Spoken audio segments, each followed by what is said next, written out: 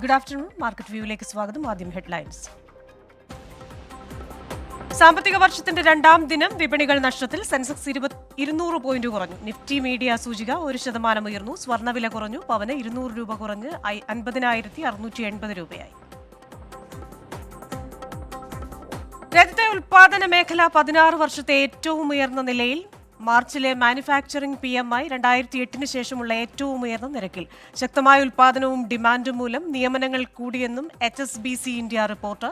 2023 ശേഷം ഏറ്റവും അധികം തൊഴിലവസരങ്ങൾ സൃഷ്ടിക്കപ്പെട്ടെന്നും റിപ്പോർട്ടിൽ. പ്രകൃതി ദുരന്തങ്ങൾ മൂലം 2023 ആഗോള തലത്തിലുണ്ടായത് $380 ബില്യൺ നഷ്ടമെന്ന് ലണ്ടൻ ആസ്ഥാനമായ കൺസൾട്ടിംഗ് സ്ഥാപനം എവൺ.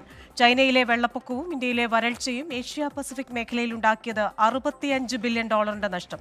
91% നഷ്ടവും ഇൻഷുർ ചെയ്യാത്തത്. ദക്ഷിണേഷ്യയിൽ തൊഴിൽ വളർച്ച ജനസംഖ്യാനുപാതികമല്ലെന്ന് ലോകബാങ്ക്. തൊഴിലവസരങ്ങളിലെ വളർച്ച 1.7%, ജനസംഖ്യാ വളർച്ച 1.9%. ഡേറ്റ. ജോലി ചെയ്യുന്ന പ്രായത്തിലുള്ള ജനസംഖ്യ പ്രതിവർഷം 19 ലക്ഷം വർദ്ധിച്ചപ്പോൾ തൊഴിലവസരങ്ങളിലുണ്ടായത് 10 ദശലക്ഷം വളർച്ച. പുതിയ ഇലക്ട്രിക് വാഹന നയത്തിന്റെ ഭാഗമായി ഇറക്കുമതി നിയന്ത്രണങ്ങളില്ലെന്ന് കേന്ദ്രം. ചൈന ഉൾപ്പെടെയുള്ള രാജ്യങ്ങളിൽ നിന്ന് ഇറക്കുമതിക്ക് തടസ്സങ്ങളില്ല. രാജ്യത്ത് $500 ദശലക്ഷം നിക്ഷേപിച്ച് 3 വർഷത്തിനുള്ളിൽ ആഭ്യന്തര ഉൽപ്പാദനം ആരംഭിക്കുന്ന കമ്പനികൾക്ക് ഇറക്കുമതി നികുതി കുറയ്ക്കുമെന്ന് കഴിഞ്ഞ മാസം കേന്ദ്രം പറഞ്ഞിരുന്നു.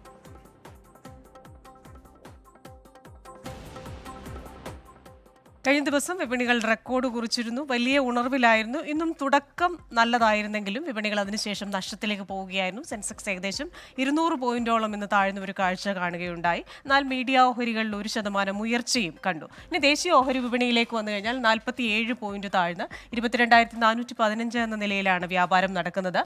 ബാങ്ക് ഓഹരികൾ ലാഭത്തിലാണെങ്കിലും ഫൈനാൻഷ്യൽ സർവീസസ്, ധനകാര്യ മേഖലയുടെ ഓഹരികൾ നഷ്ടത്തിലാണ് വ്യാപാരം പുരോഗമിക്കുന്നത്. ഇനി ബോംബെ ഓഹരി സൂചികയിലേക്ക് വന്നു കഴിഞ്ഞാൽ 197 പോയിന്റ് താഴ്ന്ന് 73,817 എന്ന നിലയിലാണ് ഇപ്പോൾ വ്യാപാരം നടക്കുന്നത്. സ്വർണ്ണവിലയിൽ ഇന്ന് കുറവുണ്ട്. ഇന്നത്തെ വിപണിയുടെ ഒരു ട്രെൻഡ് അനലൈസ് ചെയ്യുന്നതിന് വേണ്ടി ശ്രീ പോൾ തോമസ് ഉണ്ട്, executive director DBFS. Good afternoon Shri Paul Thomas. ഇന്നത്തെ ഒരു വിപണിയുടെ ട്രെൻഡ് തുടക്കം മെച്ചമായിരുന്നു, എന്നാൽ പിന്നീട് താഴോട്ട് പോകുന്ന ഒരു കാഴ്ച. Good afternoon. ഞാൻ കാലത്ത് പറഞ്ഞ പോലെ തന്നെ നിഫ്റ്റിയെ സംബന്ധിച്ചിടത്തോളം ഇന്ന് വലിയൊരു താഴ്ചയൊന്നും നമ്മൾ പ്രതീക്ഷിക്കുന്നില്ല.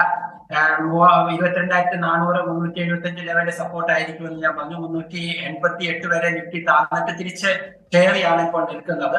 ലോയിൽ നിന്നും തിരിച്ചു കയറി. എന്നാലും മാർക്കറ്റ് പോസിറ്റീവിലേക്ക് ആയിട്ടില്ല. ഇപ്പോഴും 40 പോയിന്റ് 35 പോയിന്റ് ഒക്കെ താഴ്ത്താൻ, പക്ഷെ വളരെ ചെറിയൊരു റേഞ്ചിനുള്ളിലാണ് നിഫ്റ്റിയും മാർക്കറ്റും നിൽക്കുന്നത്. ഒരുപക്ഷെ ഇന്ന് ക്ലോസ് ചെയ്യുമ്പോഴത്തേക്കും മാർക്കറ്റ് കുറച്ചും കൂടി കയറി പോസിറ്റീവിലേക്ക് ആകാനുള്ള സാധ്യതകളൊക്കെ കാണുന്നുണ്ട്. മാർക്കറ്റ് വരുന്ന ദിവസങ്ങളിലും റേഞ്ച് ബൗണ്ടായിട്ട് നിൽക്കാനായിരിക്കും സാധ്യത. ശരി, മാർക്കറ്റ് ട്രെൻഡിനെ കുറിച്ചുള്ള വിശദാംശങ്ങൾ നൽകിയത് ശ്രീ പോൾ തോമസ് ആണ്, executive director DBFS. Market view പൂർണ്ണമാവുകയാണ്.